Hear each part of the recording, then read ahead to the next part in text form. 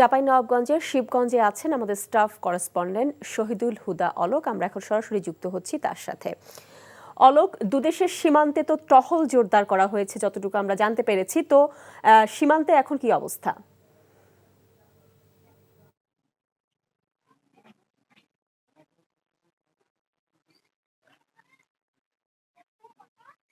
হ্যাঁ, শাওন, আপনাকে জানিয়ে রাখি আমি এখন অবস্থান করছি চাঁপাইনবাবগঞ্জের শিবগঞ্জ উপজেলার চৌকা এবং কিরণগঞ্জ সীমান্তের মাঝামাঝি এলাকা বাখর আলী নামক স্থানে।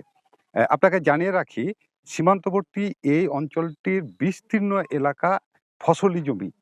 এখানকার মানুষ সাধারণত ভুট্টা, গম, সরিষা, আম, বড়ই এই জাতীয় ফসল ফলিয়ে তারা তাদের জীবিকা নির্বাহ করে।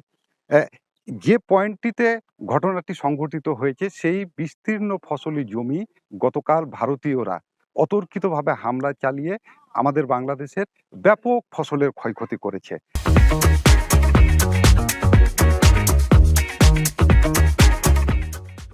আমি সকাল থেকে চাঁপাইনবাবগঞ্জের সীমান্তবর্তী এ অঞ্চলের মানুষের সঙ্গে কথা বলেছি। তারা গতকালকে হামলার ভয়াবহতা এখনো তাদের চোখে মুখে ফুটে উঠছে। তারা তাদের ফসলের জমিতে গিয়ে তাদের সেই ধ্বংসযজ্ঞের লীলা পরিষ্কার স্পষ্ট তারা দেখতে পাচ্ছে। তবে আজকে সকাল থেকেই সীমান্তের পরিস্থিতি শান্ত রয়েছে। সীমান্ত এলাকায় বিজিবি সতর্ক অবস্থানে রয়েছে।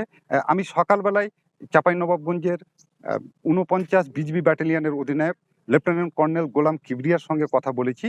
তিনি জানিয়েছেন যে সকাল থেকে বিজিবির পক্ষ থেকে স্থানীয় গণ্যমান্য ব্যক্তি, জনপ্রতিনিধি, শিক্ষক, ইমাম এদেরকে নিয়ে মতবিনিময় সভা করা হয়েছে বিজিবির পক্ষ থেকে, যাতে এলাকায় আর উত্তেজনাটি ছড়িয়ে না পড়ে।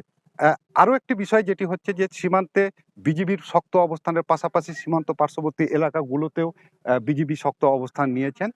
আমি যে পয়েন্টে দাঁড়িয়ে আছি এই পয়েন্ট পর্যন্তই সাধারণ মানুষকে যেতে দেওয়া হচ্ছে। এর বাইরে কৃষক কৃষক কৃষক কৃষকরা মাঠে শুধুমাত্র যেতে পারছে। সব মিলিয়ে এই এখন পরিস্থিতি অনেকটাই শান্ত রয়েছে। পরিস্থিতি স্থানীয়রা আরও শান্তি চেয়েছে, এমনটাই স্থানীয় মানুষ আমাদেরকে জানিয়েছে। শাওন, সীমান্ত থেকে এই ছিল সর্বশেষ পরিস্থিতি।